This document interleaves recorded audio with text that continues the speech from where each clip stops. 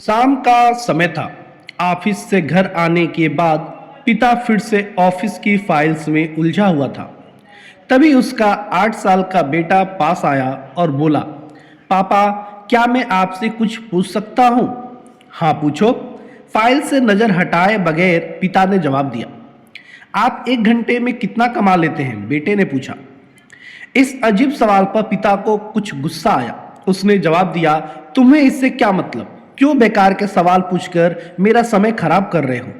देखते नहीं मैं काम में बिजी हूं। पापा, मैं बस जानना चाहता हूं, प्लीज बताइए ना। आप 1 घंटे में कितना कमा लेते हैं? बेटा जिद करने लगा। 500 रुपये, पिता ने जवाब दिया और काम में लग गया। ओह, बेटा सिर झुकाकर कुछ सोचने लगा।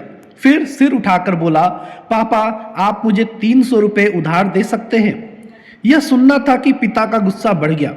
वो बेटे को झिझकते हुए बोला, अच्छा, तो तुम इसलिए मुझसे मेरी सैलरी पूछ रहे थे? तुम्हें खिलौना या कोई फालतू सी चीज खरीदनी है? अब एक शब्द कहे बगैर सीधे अपने कमरे में जाओ और सो जाओ। मैं इतनी मेहनत से पैसे इसलिए नहीं कमाता कि तुम्हारी हर फालतू मांग पूरी कर सकूं। बेटे का चेहरा उतर गया। भारी कदमों से वो वहां से चला गया। पिता कुछ देर तक बेटे की बात पर नाराज रहा, फिर काम में लग गया। काम खत्म होने तक उसकी नाराजगी भी खत्म हो चुकी थी। अब उसे बेटे के प्रति अपने खुद के व्यवहार पर दुख होने लगा। वो सोचने लगा कि हो सकता है बेटे को सच में किसी चीज की जरूरत हो, 300 रुपए की जरूरत हो। वो वैसे भी हर समय पैसे नहीं मांगता। वो बेटे के कमरे में गया, देखा बेटा बिस्तर पर लेटा हुआ था। उसने पूछा, सो गए क्या? बेटा तुरंत उठकर बैठ गया और बोला, नहीं पापा, मैं जगा हुआ हूँ। बेटा, मैं काम की वजह से परेशान था और मेरा काम का गुस्सा तुम पर निकल गया। मुझे तुम पर गुस्सा नहीं करना चाहिए था।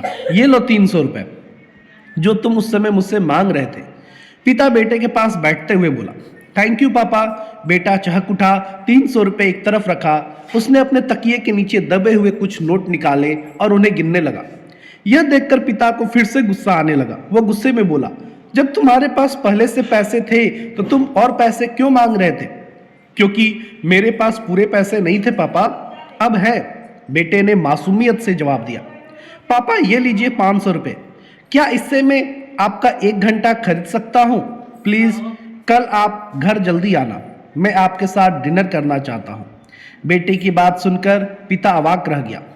सीख, हम पैसे कमाने की जहदत में इतने ज़्यादा व्यस्त हो जाते हैं कि हमारा परिवार पीछे छूट जाता है।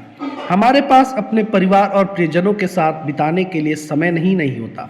समय धीरे धीरे हमारे हाथ से फिसलता चला जाता है और बीता समय कभी वापस नहीं आएगा। ऑफिस में हमारा रिप्लेसमेंट बड़ी आसानी से ढूंढ लिया जाएगा, लेकिन परिवार का कोई रिप्लेसमेंट नहीं होता है दोस्तों।